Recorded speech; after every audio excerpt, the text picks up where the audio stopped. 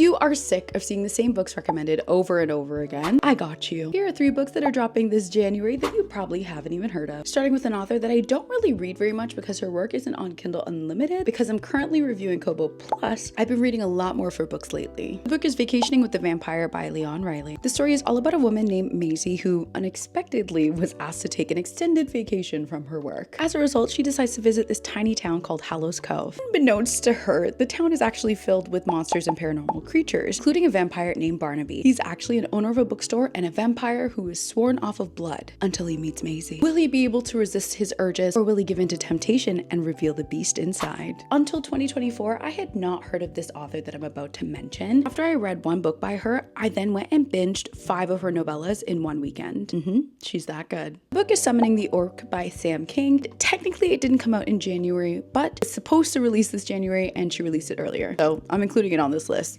Deal with it. Becca is a witchy librarian who thought she'd have to stick to reading about fated mates. Didn't realize that she would actually have her own one day. Meanwhile, Rock is an orc who lives in a completely different universe as her. But when she summons him into her world, their entire lives are flipped upside down. And they have to decide, can they navigate teaching him how to live among humans, or should he be sent back to his home? This is just so Kate and Leopold. Do you all remember that movie? The next book is by an author that I almost gave up on my initial monster romance book journey, and that is Catherine Moon. Her most recent book is Lessons with the Mothman, and that series completely changed my perspective on her as an author and the genre as a whole. It's the 3rd book in the Monster Smash Agency. These stories follow a bunch of monsters who are part of something called the Monster Smash Agency. It's an agency for monster sex workers to provide pleasure for both monsters and humans. This book follows a character named Elias who was introduced a few books ago. He owns a bar and he's a Mothman. He's actually a freelancer for the Monster Smash Agency and he doesn't believe in love. Victoria's our FMC and she's looking for facts and not feelings. She's focused on studying why so many monsters are satisfied with their relationships more than humans are. This book answers the question, can love be taught? Games with the Earth was one of the first